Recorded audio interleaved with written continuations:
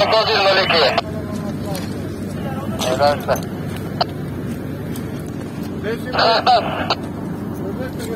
Ortada. Ben çıkkan dedim. Маалымат бере турган болсок, саат 19:00 карата Суу Чакырдалдар министрлиги Кыргыз Республикасы тарабынан куткаруучулар тарабынан 13 жансыз дене чыгарылды. Жалпы ошол менен 48 жансыз дене ушул 1-12 Сукат махалласы деген участоктон табылды. Мындан башка дагы 2-нчи участокто дагы бүгүн биздин куткаруучуларга берилди. Ал жерде дагы 2 топко бөлүнүп куткаруучулар иш алып барууда.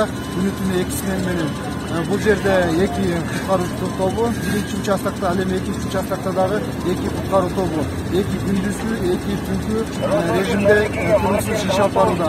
Куткаруучулардын абалы боюнча билдирип кете турган болсок, бардык керектүү шаймандар ошол эле убакта тиешелүү шарттардын бардыгы бар, балдардын бардыгы дени сак, башка өлкөнүн куткаруучулары менен чогуу биргелешип иш алып баруудабыз. Баяндаган подполковник Жолдошбаев.